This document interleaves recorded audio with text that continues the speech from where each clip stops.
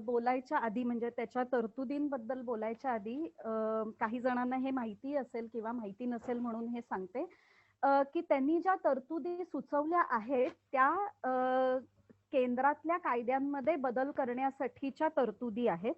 म्हणजे IPC असेल, CRPC असेल, ह्याच्यामध्ये बदल करण्यासाठीच्या तरतुदी आहेत, पण ह्या स्टेट अमेंडमेंट्स आहेत. प्रत्येक राज्याला त्यांना जर त्यांच्या राज्यापुरत्या काही अमेंडमेंट्स करायच्या असतील तर ते तसं बिल मांडू शकतात आणि त्याच्या संमतीसाठी त्यांना प्रेसिडेंटकडे जावं लागतं आणि त्यांनी सही केल्यावरतीच हे बिल पारित होतं. आणि डिसेंबर 2019 ला जी घटना झाली, दिशा नावाच्या मुलीचा बलात्कार झाला आणि खून झाला आणि त्याच्यानंतर आपण पाहिलं की काय झालं तर आंध्र प्रदेशच्या पोलिसांनी काही मुलांना पकडलं, एकाला एन्काउंटर केलं की अनेक लोकांनी त्याचं स्वागत केलं. मी वकील म्हणून मात्र त्याचं स्वागत केलं नाही, कारण का जी ड्यू प्रोसेस ऑफ लॉ महत्वाची असते एकंदरीत न्याय व्यवस्थेमध्ये, तर ती कुठेच झाली नाही आणि पोलिसांनी त्यांच्या हातात कायदा घेऊन त्या व्यक्तीचं एन्काउंटर केलं. अनेक लोकांना असं वाटलं की अशा लोकांना हीच शिक्षा झाली पाहिजे, बलात्कार केला की तुम्ही त्यांना मारूनच टाकलं पाहिजे, पोलिसांना राखी काय बांधली, त्यांचं अभिनंदन काय केलं. आणि त्या सगळ्या प्रकरणानंतर त्या मुलीचंच नाव देऊन हे बिल जे आहे ते आंध्र प्रदेश सरकारनी मांडलं आणि त्यांच्या स्टेट लेजिस्लेटिव्ह असेंब्लीनी त्याला संमती पण दिली. तर आंध्र प्रदेश दिशा बिल 2019 असं त्याचं नाव आहे. ह्याच्यामध्ये काही नवीन सेटअप्स झाले पाहिजेत असं त्यांनी सुचवलेलं आहे. त्यामध्ये दिशा पोलीस स्टेशन जे पूर्णपणे महिला आणि लहान मुलांच्या वरती होणाऱ्या गुन्ह्यावरती फोकस करतील असे स्पेशल पोलीस स्टेशन्स असले पाहिजेत. वन स्टॉप सेंटर, जिथे त्या महिलेला जर काही आधाराची गरज असेल, शॉर्ट स्टे म्हणून शेल्टरची गरज असेल, तर ह्या वन स्टॉप सेंटरमध्ये तिला राहता येतं. फोरेन्सिक लॅब्स मध्ये बदल झाले पाहिजे, ते अधिक चांगल्या पद्धतीने काम केलं पाहिजे अशी एक सूचना आहे. आणि स्पेशल कोर्ट्स असले पाहिजेत जिथे फक्त महिलांच्या आणि मुलांच्या केसेस चालतील असं त्यांनी सुचवलेलं आहे. त्यानंतरची त्यांची जी मागणी आहे, त्यांनी असं म्हटलंय की ह्या केसेसच्या 21 दिवसांमध्ये त्याचा निकाल झाला पाहिजे. आणि त्यामध्ये त्यांनी बायफर्केशन्स असे केलेले आहेत की पोलिसांना इन्व्हेस्टिगेशन करण्यासाठी 7 दिवस आणि कोर्टामध्ये ट्रायल चालण्यासाठी 14 दिवस असं त्यांनी बायफर्केशन केलेलं आहे. त्याच्या पुढे 7 दिवस पोलिसांनी काय काय कसं कसं करायचंय हे पण एक टॅब्युलर फॉर्म मध्ये त्यांनी दिलेलं आहे. अक्षरशः म्हणजे जर आरोपी फरार असेल तर 24 तासाच्या आत त्याला आणलंच पाहिजे वगैरे, अशा काही गोष्टी ज्या आहेत त्या पोलिसांसाठी त्या इन्व्हेस्टिगेशनच्या पूर्ण प्लॅनिंग मध्ये त्यांनी दिलेलं आहे. ह्यामध्ये त्यांनी असं म्हटलंय की सगळ्या सेक्शुअल ऑफेन्सेसना लाईफ इम्प्रिझनमेंट असली पाहिजे किंवा डेथ पेनल्टी असली पाहिजे. परत त्याच्यामध्ये त्यांनी 2 भाग केलेले आहेत. एक आहेत हिनियस रेप केसेस, ज्या 21 दिवसात संपल्या पाहिजेत, म्हणजे ट्रायल पण इन्व्हेस्टिगेशन आणि ट्रायल मिळून हे सगळं 21 दिवसात संपलं पाहिजे. आणि अदर केसेस ज्या हिनियस नाही आहेत, अदर केसेस यांना मात्र 4 महिने त्या केसेस चालल्या तरी चालतील. त्यामध्ये 2 महिने पोलिसांना इन्व्हेस्टिगेशनसाठी आणि 2 महिने खटला चालण्यासाठी असं त्यांनी ते बायफर्केशन केलंय. 4 महिन्यात केस संपली पाहिजे हे तर क्रिमिनल अमेंडमेंट ऍक्ट मध्ये आलेलं आहे. मिरनताईंनी जे 2013 आणि नंतर 2019 मध्ये जे अमेंडमेंट ऍक्ट आले त्याच्याही मध्ये त्याचा उल्लेख आहे. 21 दिवसात खटला संपला पाहिजे हे मात्र आंध्र प्रदेश दिशा बिलची मागणी आहे किंवा त्याच्यामध्ये ते नमूद केलेलं आहे. त्यानंतर त्यांनी असं म्हटलंय की एकदा खटला संपला 21 दिवसात की पोलिसांनी त्याची अंमलबजावणी केली पाहिजे. आणि लगेच त्याच्यानंतर म्हटलंय की अपीलमध्ये जायचं असेल कोणाला तर 60 दिवसात त्यांना अपीलमध्ये जाता येतं, हायकोर्टात किंवा त्याच्यानंतर सुप्रीम कोर्टात.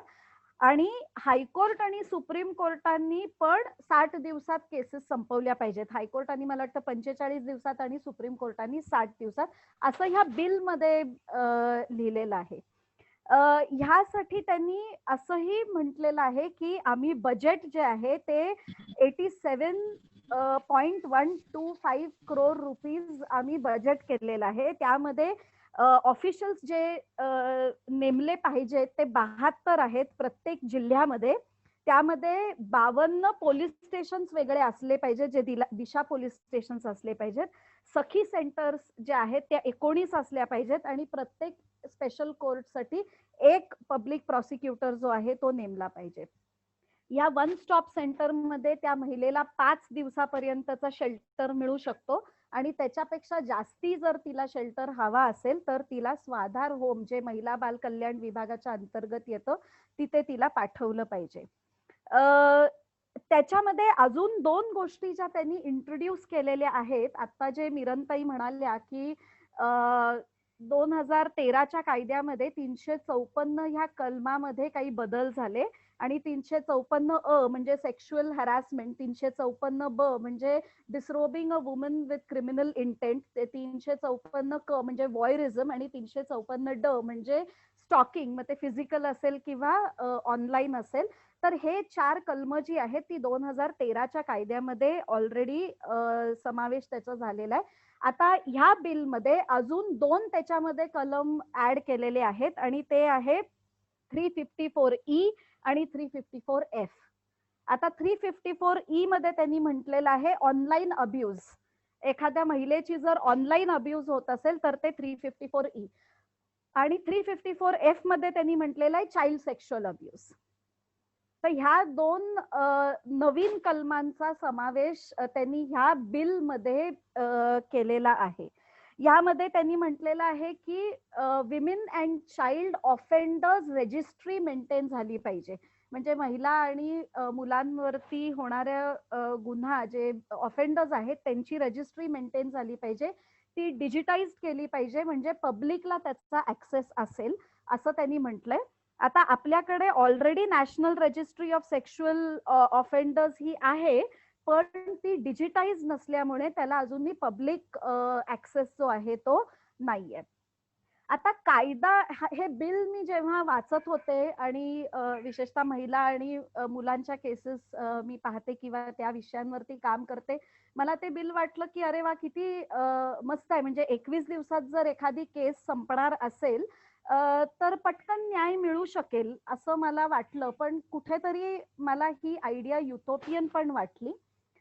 कारण का इतकं हे करणं की 7 दिवसात हे झालंच पाहिजे, इन्व्हेस्टिगेशन झालंच पाहिजे, 14 दिवसात ट्रायल झालीच पाहिजे, असं प्रत्येक वेळेला होईलच असं नाहीये. लवकरात लवकर झाली पाहिजे. स्पेशल कोर्ट्स असले पाहिजेत, म्हणजे दररोज तारखा झाल्या पाहिजेत, तिथे डिले होता कामा नाही. हे सगळं मान्य आहे आणि हे झालंच पाहिजे. पण ज्या पद्धतीने त्यांनी एकंदरीत तो टेबल दिलाय तो किती प्रॅक्टिकल आहे असा प्रश्न नक्कीच माझ्या मनात आला. दुसरं, ह्या बिल मध्ये त्यांनी जे सुचवलेलं आहे आणि वर्मा कमिटी रिपोर्ट जर आपण बघितलं किंवा 2013 मध्ये जो बदल झाला त्याही वेळेला हे डिबेट झाले की फाशीची शिक्षा बलात्काराच्या गुन्ह्याला असली पाहिजे का. तर महिला संघटनांनी त्याचा विरोध केलेला होता की मर्डर आणि फाशीला तुम्ही एकाच पातळीवरती नेऊ नका, कारण का जे गुन्हे करणारे आहेत ते असे विचार करतील की तिला जिवंत कशासाठी ठेवायचं, बलात्कार केला तरी फाशीच आहे आणि मर्डर केला तरी फाशीच आहे, आणि म्हणून ती जिवंत राहण्याची शक्यता ही कमी असते आणि म्हणून फाशीला त्याही वेळेला विरोध केला होता. आणि वर्मा कमिटी रिपोर्ट मध्ये पण म्हटलेलं आहे की बलात्कारासाठी फाशी नसली पाहिजे, लाईफ इम्प्रिझनमेंट पर्यंतची शिक्षा असली पाहिजे. तरीही 2013च्या अमेंडमेंट मध्ये जर व्हेजिटेटिव्ह स्टेट मध्ये गेली असेल किंवा रिपीट ऑफेन्स असेल तर फाशीची शिक्षाचा विचार केला पाहिजे. हे त्या 2013च्या अमेंडमेंट मध्ये आलं.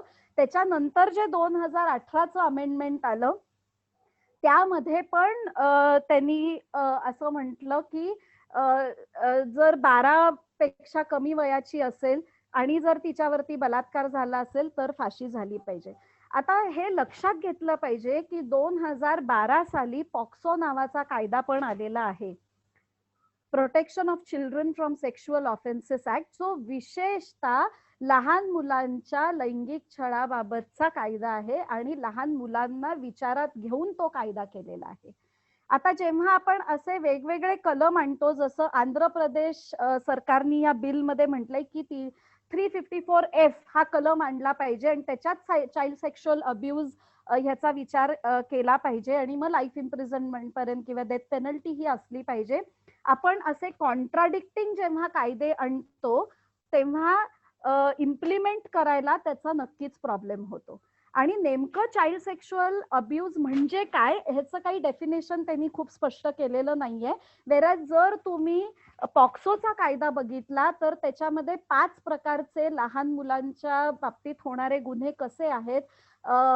पेनिट्रेटिव्ह सेक्शुअल ऑफेन्स असेल, ॲग्रवेटेड पेनिट्रेटिव्ह सेक्शुअल ऑफेन्स असेल, सेक्शुअल असॉल्ट असेल, ॲग्रवेटेड सेक्शुअल असॉल्ट असेल किंवा सेक्शुअल हॅरॅसमेंट असेल, त्यांनी व्यवस्थित त्याचे डेफिनेशन्स जे आहेत ते पॉक्सोमध्ये दिलेले आहेत. आता त्यामध्ये त्यांचं म्हणणं आहे, आता इथे त्यांनी लाईफ इम्प्रिझनमेंट किंवा डेथ पेनल्टी दिलेली आहे.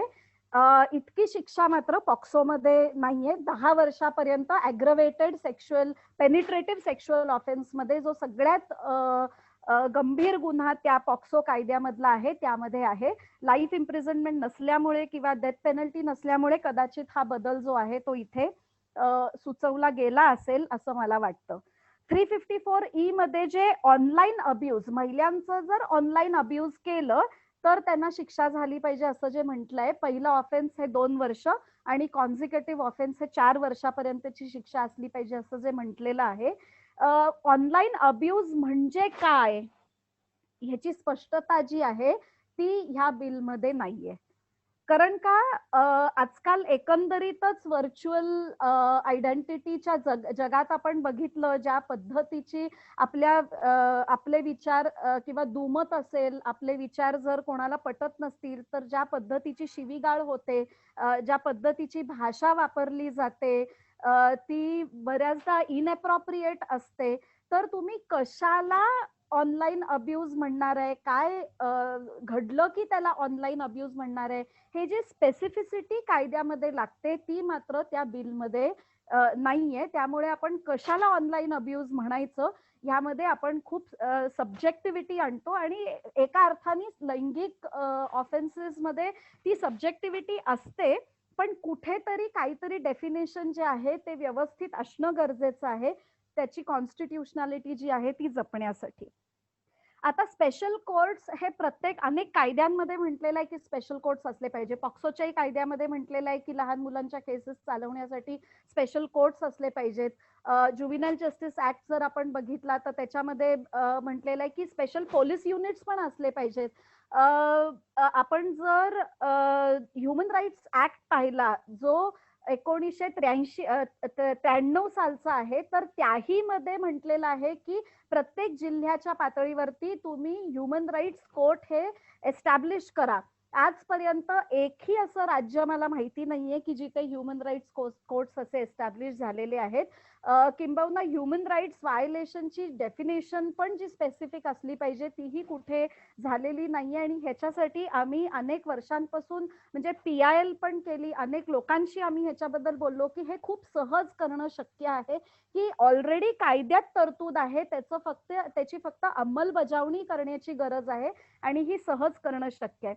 जेव्हा आपण म्हणतो की स्पेशल पोलीस फोर्स पाहिजे, जेव्हा आपण म्हणतो की स्पेशल कोर्ट्स पाहिजे, जेव्हा आपण म्हणतो की स्पेशल पब्लिक प्रॉसिक्युटर्स पाहिजे, याचा अर्थ हा आहे की त्यांना अशा केसेस हाताळण्यासाठीची जी एक संवेदनशीलता लागते किंवा एक ट्रेनिंग लागतं, सगळ्या अंगाने तो विषय समजून घेण्याची जी गरज आहे तर त्या पद्धतीचं ट्रेनिंग त्यांचं होणं गरजेचं आहे. म्हणजे त्या पद्धतीच्या त्या प्रकारच्या केसेस त्यांच्याकडे आल्या तर त्यांना सगळ्या बाजूचा विचार करून त्याच्यामध्ये निर्णय देता आला पाहिजे. ही त्याच्या मागची म्हणजे त्याच्या मागची एक काय म्हणतात एक ऑब्जेक्टिव्ह आहे. पण असं होताना दिसत नाही. आत्ताच्याही घडीला जर पॉक्सोचा कायदा आपण बघितला जिथे स्पेशल कोर्ट्सचा उल्लेख आहे तर त्या कोर्टाकडे फक्त पॉक्सोच्या केसेस नसून इतर पण अनेक केसेस ज्या आहेत त्या कोर्टाकडे जातात. आणि पण त्यांना दर्जा दिलेला आहे स्पेशल कोर्टचा. म्हणजे तुमच्याकडे पॉक्सोची केस आली तर ती तुमच्याचकडे येईल, पण इतर पण केसेस येतील. आता जर इतर पण केसेस त्यांच्याकडे येत असतील तर अर्थातच पेंडन्सी वाढणार. कारण का त्यांना सगळ्याच केसेसमध्ये तारखा द्याव्या लागतात. आणि मग जे आपण स्पीडी जस्टिसची गोष्ट करतोय की या काही सेन्सिटिव्ह केसेसमध्ये लवकर निर्णय झाले पाहिजेत, स्पीडी जस्टिस असली पाहिजे, ती मात्र होताना दिसत नाही. खूप जुना स्पेशल कोर्ट्स ऍक्ट आहे. सुप्रीम कोर्टाला अधिकार आहे की काही केसेसमध्ये, काही सेन्सिटिव्ह केसेसमध्ये त्यांना स्पेशल कोर्ट नेमता येतात आणि त्या कोर्ट्समध्ये त्या केसेस चालू शकतात. एक्झिस्टिंग कायदे आपण न वापरता जेव्हा आपण अजून नवीन कायद्यांची मागणी करतो, तर अजूनही हे बिल जे आहे ते प्रेसिडेंट्स असेंटसाठी पेंडिंग आहे. त्यामुळे विचार जरी चांगला असला की 21 दिवसात ट्रायल झाली पाहिजे आणि न्याय मिळाला पाहिजे, त्याचे काही धोके जे आहेत ते पण आपल्याला लक्षात घेतले पाहिजेत. म्हणजे आंध्र प्रदेशमध्ये हैदराबादला जी घटना झाली डिसेंबरमध्ये, जो एन्काउंटर झाला, त्यामध्ये तो खरंच आरोपी होता का आपल्याला अजूनही माहिती नाहीये. आणि अशा वेळेला जे सोशो इकॉनॉमिक बॅकवर्ड क्लासेस मधनं येतील किंवा जे वल्नरेबल असतील, अशा लोकांची बळी जाणं हे खूप सहजपणे होऊ शकतं. हे धोके आहेत. अशा स्पीडी ट्रायल जर आपण ड्यू प्रोसेस ऑफ लॉचा फॉलो न करता जर आपण म्हटलं की आम्हाला फक्त स्पीडी ट्रायल हवाय आणि आम्हाला लवकर न्याय हवाय, तर तो खऱ्या अर्थाने न्याय नाहीये, हेही आपल्याला लक्षात घेतलं पाहिजे. आपल्याला खऱ्या आरोपीला जो आहे शिक्षा दिली पाहिजे. उगीच कोणीतरी आपल्याला मिळालेला आहे आणि लोकांच्या प्रेशर खाली आणि दबावाखाली आपल्याला कोणाला तरी शिक्षा द्यायची आहे, असं नाही झालं पाहिजे. ह्याची कुठेतरी खात्री जी आहे, चेक अँड बॅलन्स जो आहे ते असणं यामध्ये गरजेचं आहे. दुसरा एक मुद्दा जो सातत्याने चर्चेला येतो तो आहे फास्ट ट्रॅक कोर्टकडे आपण केसेस पाठवूया. आता नेमक्या फास्ट ट्रॅक कोर्ट म्हणजे काय आहे? असं काही वेगळे कोर्ट्स आहेत का की जिथे या केसेस खूप जलद गतीने ह्याचा न्याय निवारा होणार आहे? तर असं काही नसतं. आहे त्या एक्झिस्टिंग सिस्टम मध्येच त्या केसेस जातात. फक्त फास्ट आपण काय करू शकतो, तर दररोज तारखा देऊन किंवा वेळ न घालवता तारखा देऊन आपण ती केस संपवणं एवढंच फास्ट असू शकतं. कारण का कुठलंही क्रिमिनल प्रोसिजर मधल्या ज्या स्टेप्स आहेत, ज्या फॉलो केल्या पाहिजेत पोलिसांनी इन्व्हेस्टिगेशन मध्ये आणि कोर्टानी ऑर्डर द्यायच्या आधी, हे कुठंही शॉर्टकट्स नाहीयेत. ही स्टेप आपण नाही केली आणि सरळ निर्णयाकडे गेलो तर चालत नाही. ते परत चॅलेंज होऊ शकतं अपीलमध्ये आणि तेवढाच त्या केसला वेळ लागतो, हे लक्षात घ्या. आणि म्हणून फास्ट ट्रॅक कोर्टची जी संकल्पना आहे ती एवढीच आहे की असे कुठलेही वेगळे कोर्ट्स नाहीयेत की जे फास्ट ट्रॅक पद्धतीने केसेस चालवतात. तेच कोर्ट्स असतात, फक्त जलद गतीने तारखा देणं गरजेचं आहे.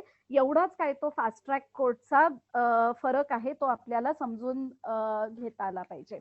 त्यामुळे अनेक बदल जे आहेत ते कायद्यामध्ये ऑलरेडी झालेले आहेत. पॉक्सोचा कायदा असेल, 2013चं अमेंडमेंट असेल, 2018चं अमेंडमेंट असेल, अनेक बदल जे आहेत ते कायद्यामध्ये झालेले आहेत.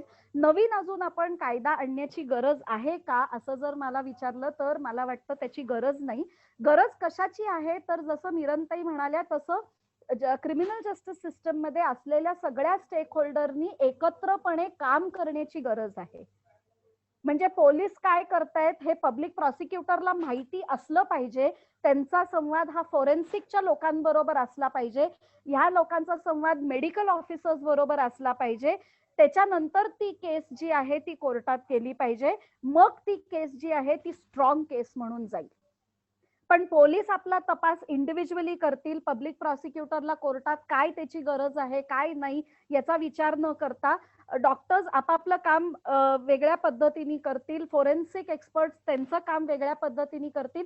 इथे जो लॅप्स होतात किंवा इथे जे लूपहोल्स आपल्याला मिळतात की प्रत्येक जण इंडिपेंडेंटली काम करते, तिथे ती केस जास्ती वीक होते. आणि त्यामुळे आपण सगळे क्रिमिनल जस्टिस सिस्टमचा एक भाग आहोत आणि एकमेकांशी संबंधित ह्या गोष्टी आहेत आणि एकत्र काम करणं गरजेचं आहे. हे जोपर्यंत आपल्या सिस्टम मध्ये येणार नाही तोपर्यंत ह्या काही केसेस ज्या आहेत त्या एव्हिडन्स लेवलवरती वीक होतील आणि एव्हिडन्स लेवलवरती जर वीक झाल्या तर पुढे त्या कोर्टात फार स्ट्रॉंगली स्टँड होऊ शकत नाहीत. त्यामुळे ह्याची नक्कीच गरज आहे, सेन्सिटायझेशनची गरज आहे. पोलीस अकॅडमी सारखे इन्स्टिट्यूट आहेत, महाराष्ट्र ज्युडिशियल अकॅडमी सारख्या इन्स्टिट्यूट आपल्या महाराष्ट्रामध्ये आहे. इथे जे ग्राउंड लेवलवरती काम करणारे लोक आहेत, ऍक्टिव्हिस्ट असतील, वकील असतील, डॉक्टर्स असतील, त्यांना ट्रेनिंगला बोलवणं आणि त्यांच्याकडनं ऐकणं की तिथे काय नेमकी अडचण येते, पोलीस तक्रार नोंदवताना काय अडचण येते, एव्हिडन्सेस गोळा करताना काय अडचण येते, त्याचा जो एक सोशल भाग आहे, कल्चरल भाग आहे, इकॉनॉमिक भाग आहे, पॉलिटिकल आहे, हा सगळ्या अँगल्सनी ती केस समजून घेण्यासाठी त्या ट्रेनिंगमध्ये सिलेबसचा करिक्युलमचा भाग असणं गरजेचं आहे. आणि ही इन्व्हॉल्वमेंट जोपर्यंत सिव्हिल सोसायटीजची ह्या ट्रेनिंग्समध्ये होत नाही आणि ती घेवाणदेवाण होत नाही तोपर्यंत आपण फक्त कायदा जो आहे तो कागदांवरती खूप चांगला वाटतो की हे केलंय, ही अमेंडमेंट आणली आहे, हा बदल ह्या कायद्यामध्ये केलाय, पण इम्प्लिमेंटेशन लेवलवरती मात्र आपण फेल होतो.